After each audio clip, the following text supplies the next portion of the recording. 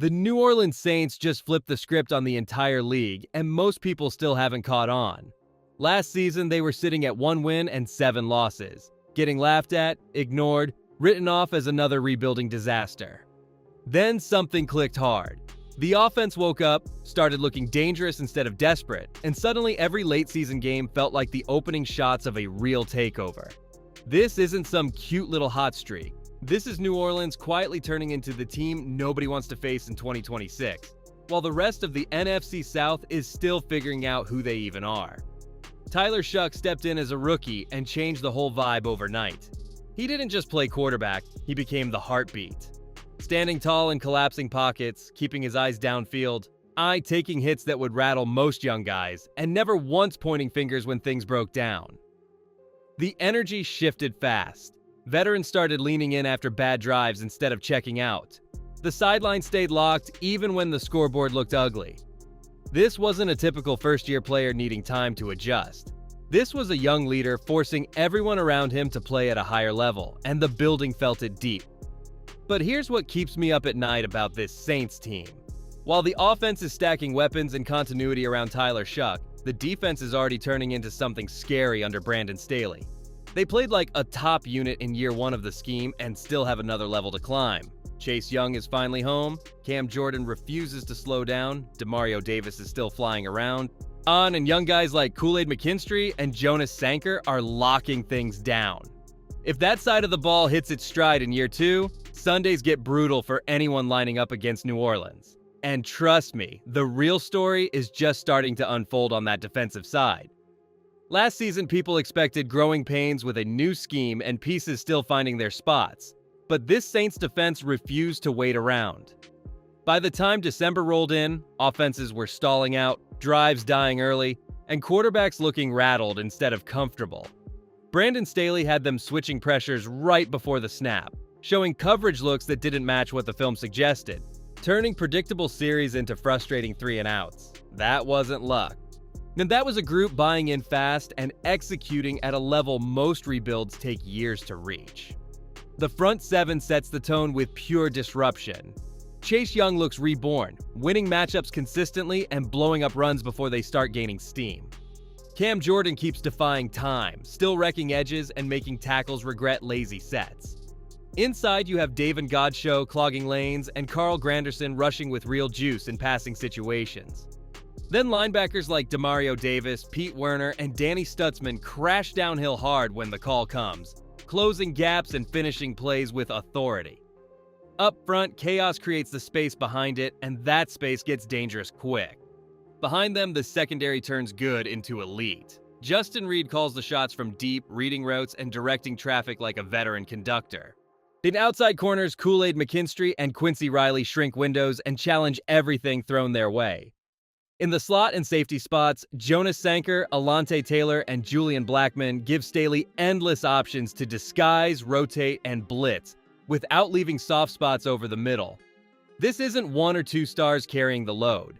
This is layers that fit together, growing more comfortable every rep, ready to jump from very good to downright scary in year 2 of the system. And when that happens, the Saints stop just competing, they start dictating. The Saints used to be the punchline when people talked about salary cap nightmares, stuck in endless restructures just to field a competitive team. Now that same cap situation has flipped into one of the league's biggest advantages heading into 2026. Mickey Loomis and his staff quietly cleared over $60 million in space without slashing the heart of the roster. That isn't some lucky break or short-term gimmick.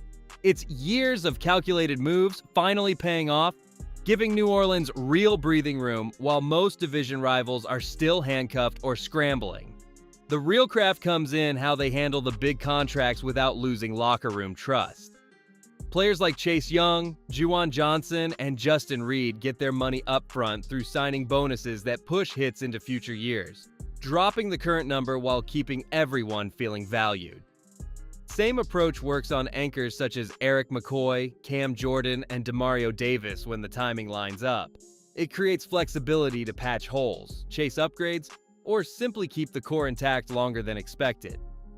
The front office turned what used to be a weakness into straight-up fuel for building something that lasts. This financial edge changes the math on every decision ahead. Instead of choosing between keeping stars and adding talent, New Orleans can do both smarter and faster than teams still digging out of their own holes. The Falcons are searching for direction, the Buccaneers are in reset mode, the Panthers are proving they belong, but the Saints have room to maneuver aggressively. That kind of freedom doesn't just help this season, it sets up multiple windows. And the smartest part is how it all ties directly to protecting the investment they've made in their young quarterback. Everything this Saints offense wants to become starts up front where the big guys live. When the line clicks, Tyler Shuck gets clean looks, hitches quick, and fires without a defender breathing down his neck. The run game opens up real holes instead of hoping for scraps. Play action stops being a gamble and turns into a killer weapon that defenses have to respect. Last year showed flashes of that rhythm, especially with key pieces healthy. But consistency was the missing piece. Now, the focus is locking it in so the skill players stop waiting for perfect conditions and just go to work. Eric McCoy anchors the middle when he's rolling, creating that clean pocket that lets Tyler Shuck climb and deliver with confidence. Around him, Cesar Ruiz brings power in the run game and flashes of dominance in pass pro, even if the consistency hasn't fully arrived yet. Younger guys like Nick Saldiveri are pushing hard for bigger roles.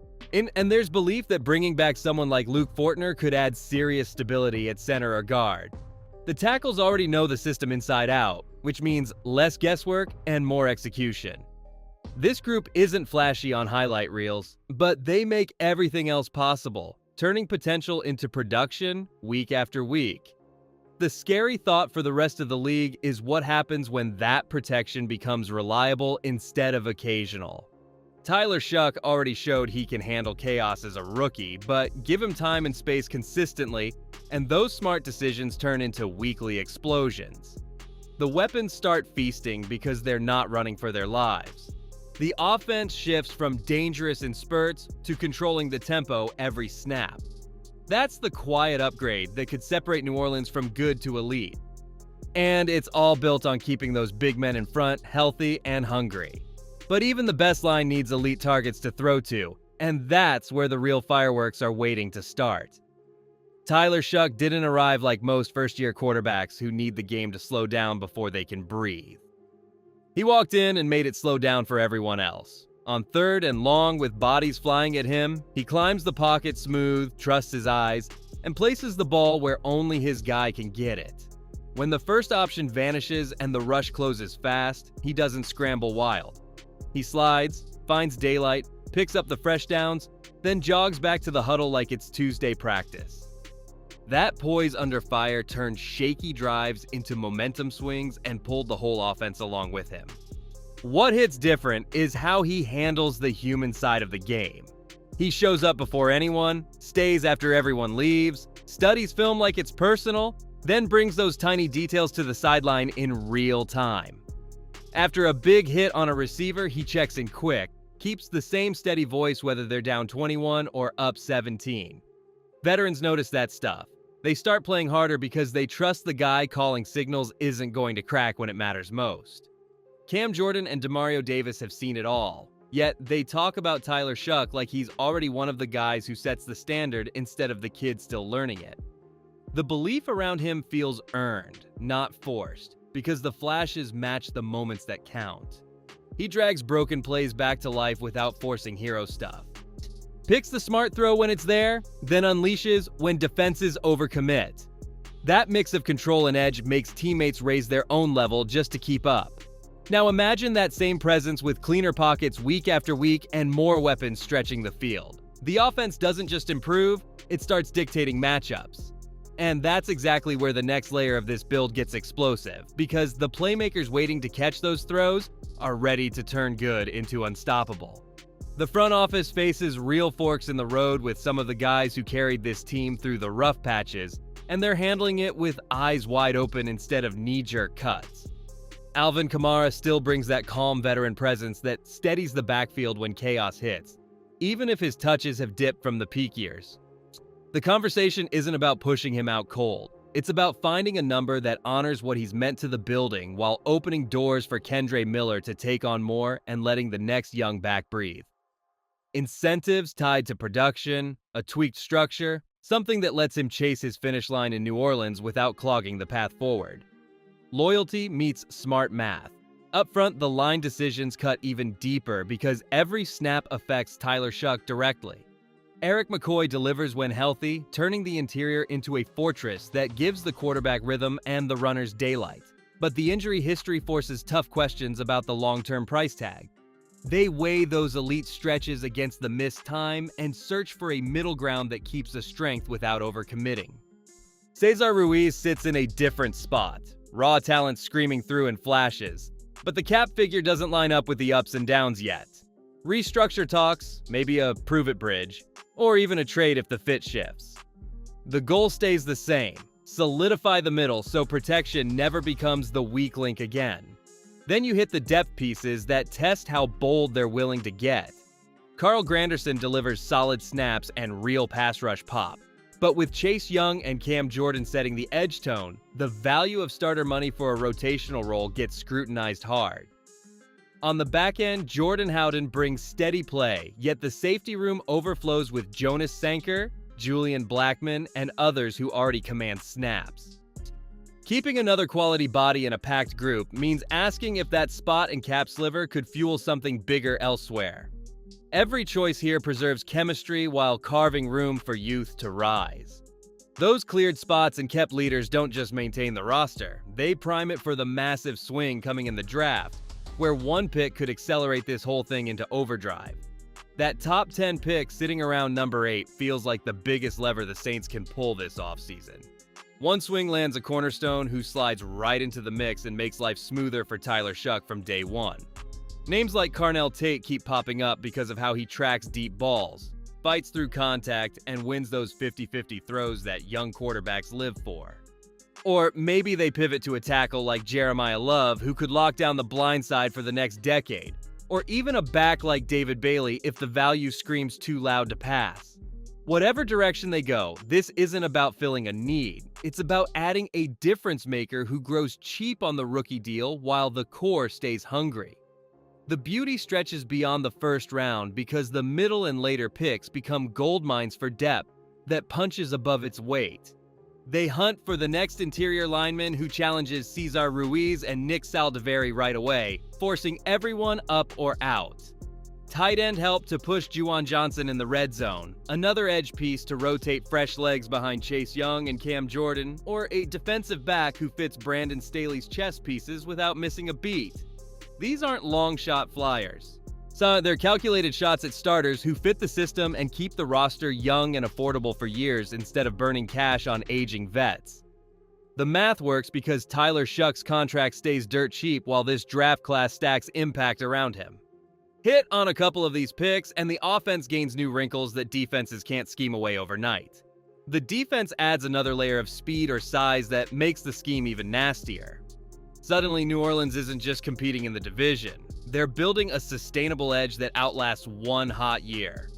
Everything they've done so far sets the table for this moment, and if they nail it, the NFC South doesn't just shift.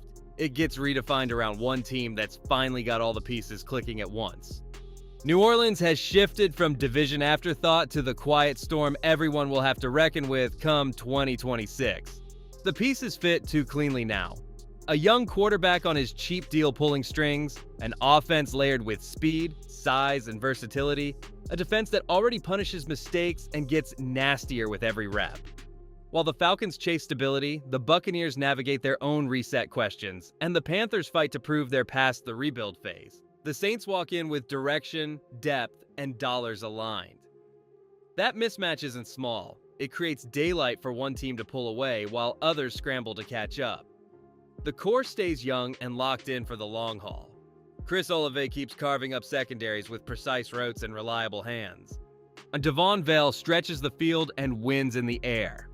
Kool-Aid McKinstry and Jonas Sanker clamp down coverage and force quarterbacks to hesitate. Chase Young brings the edge heat that makes the whole front seven click. Add Tyler Shuck growing into command, Brandon Staley dialing up the pressure packages, and Mickey Loomis holding the cap keys. And you stop talking about potential. You start talking about a group that can string wins together in January when the lights burn brightest. This isn't a flash-in-the-pan surge. It's a foundation poured deep enough to hold for multiple runs. The window feels wide open right now because every move feeds the next one. Draft hits amplify the cheap talent wave. Veteran tweaks keep the locker room tight without blocking youth. Cap space turns into upgrades instead of survival patches. If Tyler Shuck takes that natural step forward and the defense hits its ceiling, New Orleans doesn't just win the NFC South. They make opponents rethink every matchup, turn easy win games into must-see battles, and force the league to treat them like the real threat they've quietly become. The takeover isn't coming, it's already in motion. Hit that like button if you're buying what the Saints are selling this year, subscribe for more breakdowns like this, and let's see if 2026 crowns New Orleans for real.